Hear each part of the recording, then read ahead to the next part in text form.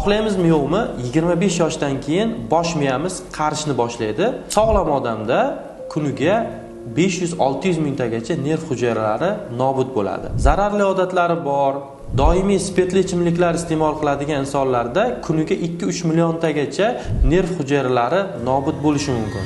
Ya'ni spirtli ichimliklar miyani qarishini bir necha barobarga tezlashtiradi. Bosh miyamizni qarishini sekinlashtirish uchun nimalarga e'tibor berish kerak? Birinchi navbatda sog'lom turmush tarziga amal qilish kerak. Ya'ni doimiy faol jismoniy harakatda bo'lish va doimiy ravishda intellektual yoki aqliy mehnat bilan shug'ullanish. Ya'ni bosh qotirmalar yechish, she'r yodlash, doimiy ravishda kitob o'qish bu miyani faoliyatini normada ushlab turishga yordam beradi. Bundan tashqari bir qator mahsulotlar borki, ularni doimiy iste'mol qilish bosh miyani faoliyatini yaxshilashga va miyani qarishini sekinlashtirishga yordam beradi. Birinchisi bu tuxum hisoblanadi. Oddiy tovuq tuxumi tarkibida ko'p miqdorda oqsillar, vitamin D hamda litsetin tutadi.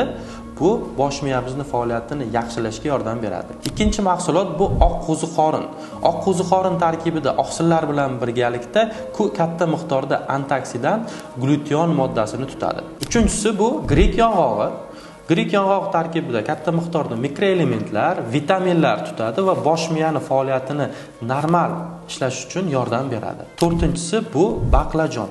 Baqlajon bosh miyamiz uchun eng foydali mahsulotlardan bo'lib, uning tarkibida ayniqsa terisida nasonin deb nomlangan kuchli antioksidant modda saqlaydi va bu bosh miyani qarishini sekinlashtirishga yordam beradi. Beshinchisi bu lasos balig'i.